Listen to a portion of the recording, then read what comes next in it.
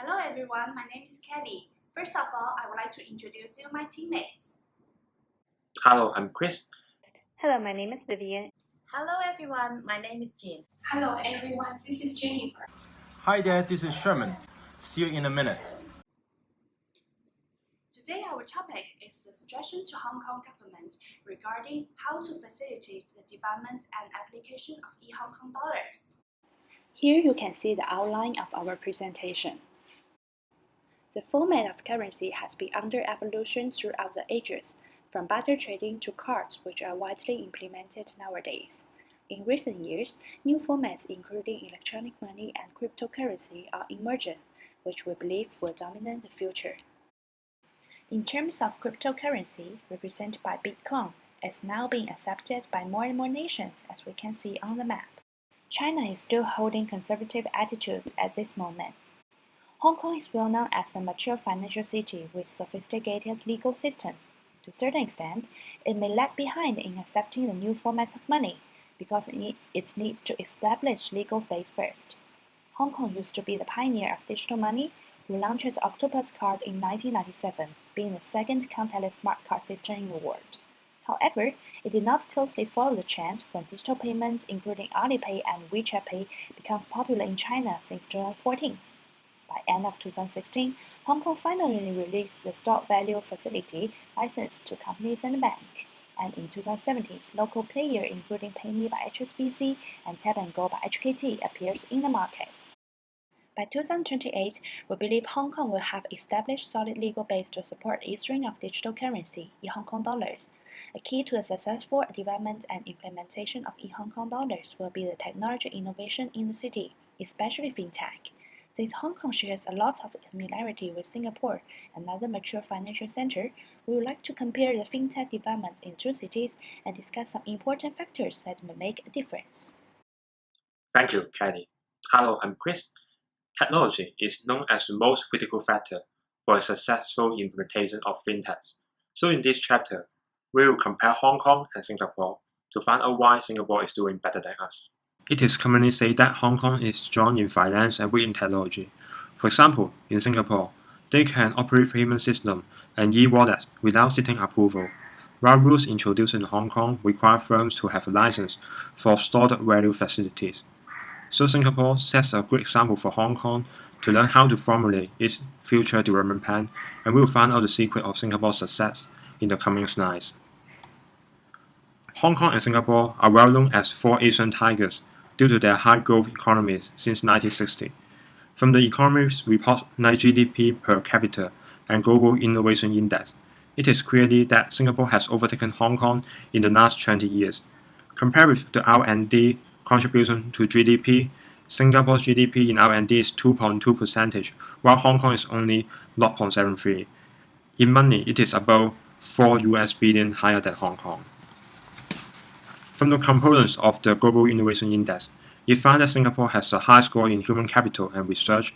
Singapore has a very successful R&D backed with their education system, so they could maintain a dynamic innovation for knowledge absorption and creation and turn them into innovation output.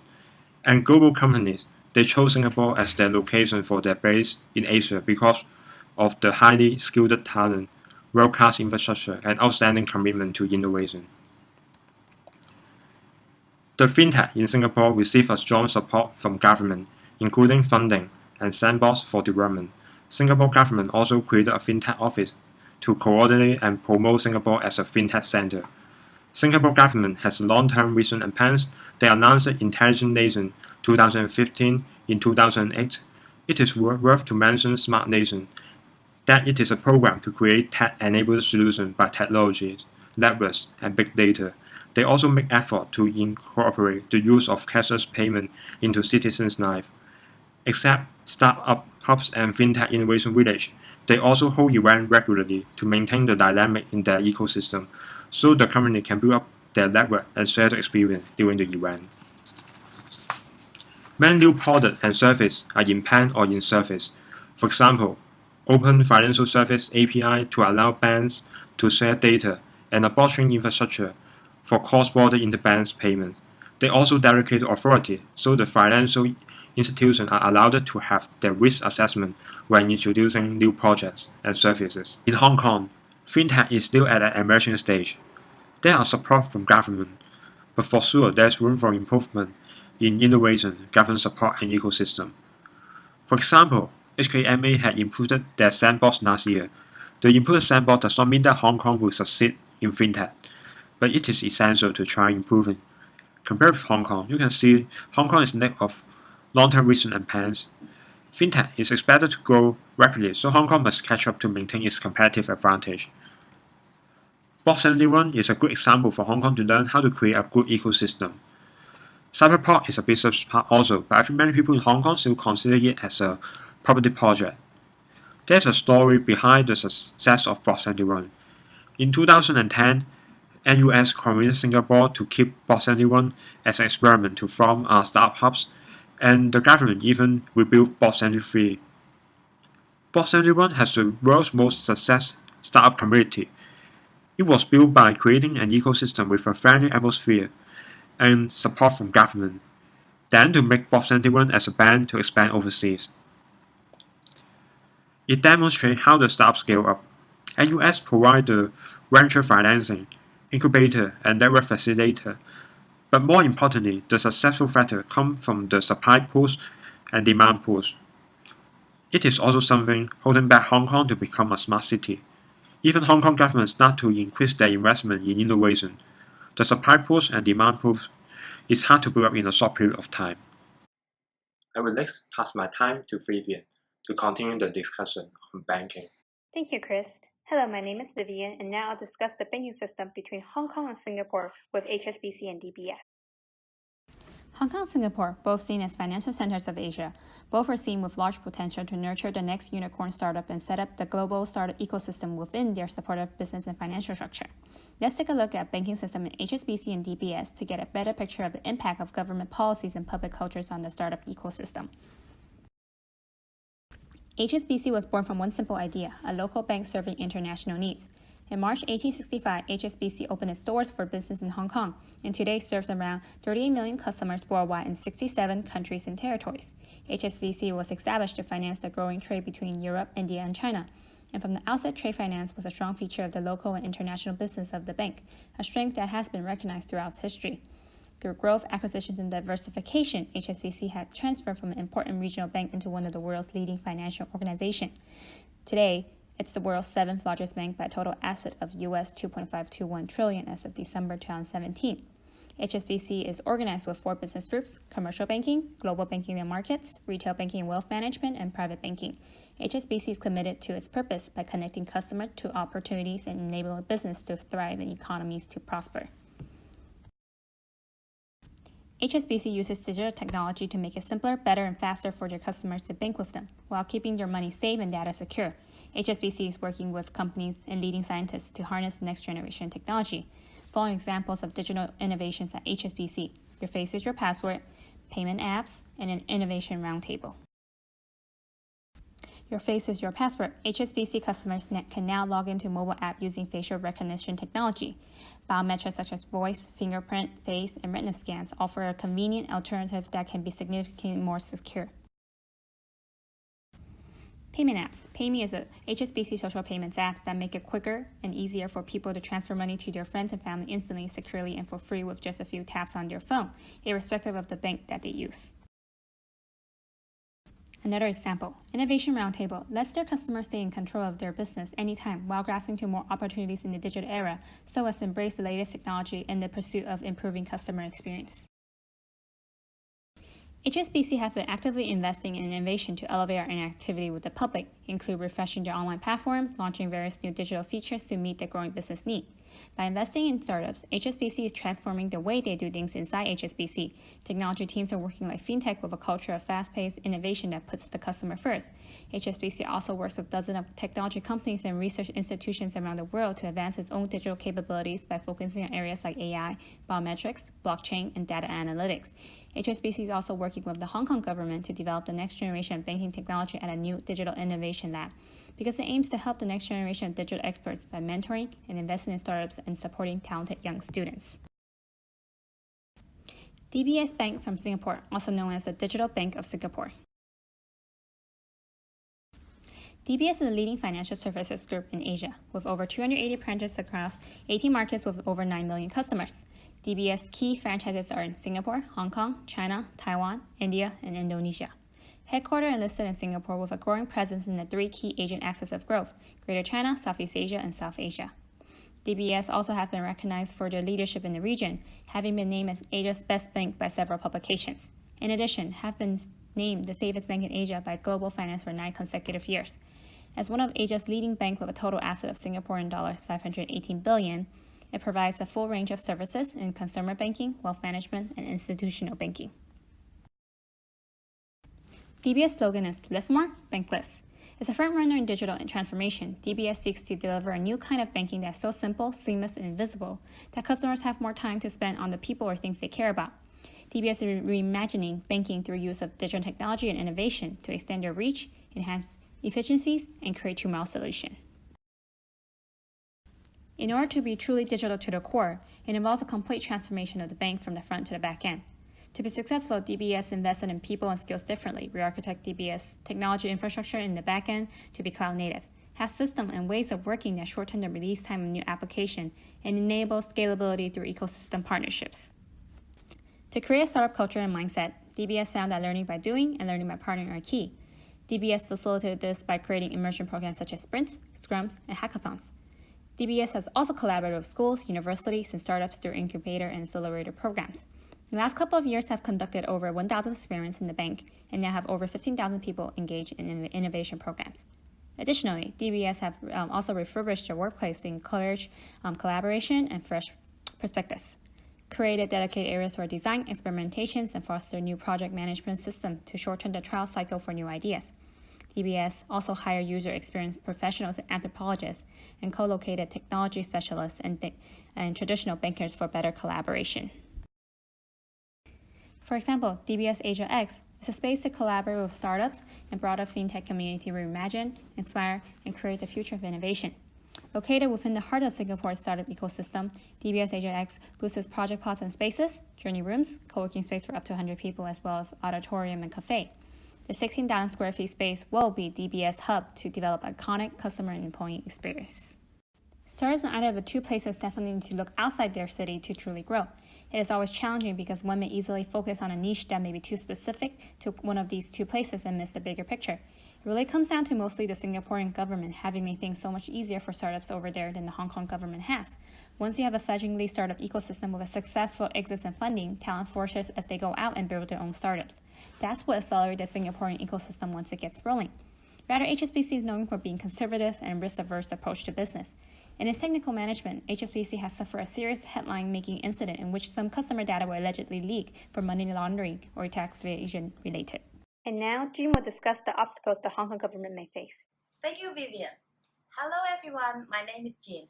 I will talk about what's the obstacles that Hong Kong government may find when facilitate the development and application of the e-Hong Kong money. First, are the users ready? Can and will they adapt to the changes? Second, will the infrastructures be ready by then to support the use of the cryptocurrency? Third, cybersecurity. This is extremely important, as if the cybersecurity is a concern to the users and is not strong enough, the users do not trust the cybersecurity.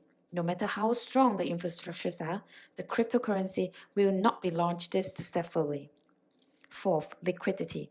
Both in Hong Kong domestically and when the Hong Kong citizens are going overseas, would other countries recognize the e-Hong Kong dollar, and how can it change the other countries' e-money or physical currency?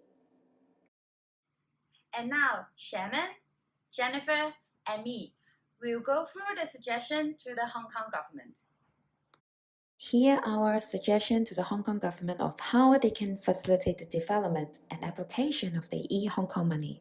Hi there, this is Sherman, and I will be responsible for the suggestion in Hong Kong government policy making and also how to nurture Hong Kong entrepreneurship. In every aspect, policymakers and administration plays a critical role in urban planning. The appropriateness of the policy will dictate the direction and the pace of adopting e-Hong Kong dollar as the legal tender. In principle, we suggest the policymakers and the administration could consider allowing different level of restrictions and control in different phases, as you can see in the lower part of the slides, to provide the possibility to expand the potential of the technology in a more responsive manner, and i.e. developing fast, implementing fast, and evaluating fast. In the first phase, Hong Kong government should make clear how Hong Kong can be the destination of choice for talents among its international competitors. Without appropriate and competent policy in place, Hong Kong will surely fall behind in the talent race among the region. With the right set of people, Hong Kong would have a better chance to move forward and build the desirable yet unknown infrastructure as well as applications. Once phase 1 is in place, the administration can then test run the system with pioneer projects. Existing welfare scheme like pre-primary education voucher scheme would be an ideal project as one of the pioneers, followed by stamp duties and the rest of the tax duties. At this phase, meanwhile, government shall dictate and direct its agency to gradually adopting blockchain technology into their day-to-day operations to make the whole machine ready for a larger scale of change. An independent committee, showing at the left top corner, should drive the whole process in response to the Executive Council and Legislative Council. The committee shall review and evaluate the progress and proceed to later phases in appropriate timing. In such kind of disruptive transformation, we can't simply count on civil servants and high-paid leaders. Startups and entrepreneurs are the right answer, as they always have a mindset of changing the world. Funding is one of the most undesired problems for all businesses and entrepreneurs. Unlike big corporations, startups often fall short in operating cash flow and forced to terminate their projects before they can make a profit or social value. Except funding, the other problem is lack of source of customer. Without a proven track record and massive supporting team, many customers of the commercial side and public sector are reluctant to adapt the new solution provided by them. In our opinion, government should sit back and act as a strong facilitator and let the entrepreneur to do the right, smart, yet dirty work. Marketing. The government should do the marketing step by step to influence and change the user's habit. First, they should find out what should be put into the marketing campaign for different target groups. Second, they should find out the pioneers and the people with influence as the target of the marketing campaign. Third, the influencers will spread the benefits of the cryptocurrency to the public. Fourth, monitor the user's reaction and report to the government what support would the users need. Fifth, refine the marketing campaign. Sixth, further enlarge the depth and the width of the campaign. After the successful launch of the marketing campaigns, we believe that we have already changed the users' behaviors and created an atmosphere for users to have the urge to use the cryptocurrency. Attracting talents. The Singapore government has been doing so good in attracting their talents. And here are our suggestion to the Hong Kong government. First, they should provide or maintain the excellent basic fundamentals, such as the stable policy environment and the reasonable tax rate. Second, they should adjust the immigration policy, especially targeting to the talents to attract the new immigrants. Third, they should ease the policy for overseas students to stay in Hong Kong after their study. They suggest easing the visa application process, diversify the scholarship, and easing the internship employment permit. Fourth, provide a platform for the talents to grow, such as to maintain our competitivity, to build a global leading fintech R&D centers, so on and so forth. And fifth, provide proper support to nurture talents, such as provide seeding funds to attract talents to build their startups in Hong Kong, or offer favorable policies such as low tax and other favorable policy for the talents or startups to grow. 6. Provide incentives to encourage brain gain, such as provide education fund to support local students to study abroad and return after their graduation. Aligning with the transformation into non-physical currency, the dedicated cybersecurity framework is absolutely critical to ensure the safety of all the transactions in cashless society. The cybersecurity framework consists of standards, guidelines, and the best practices to manage cybersecurity-related risk.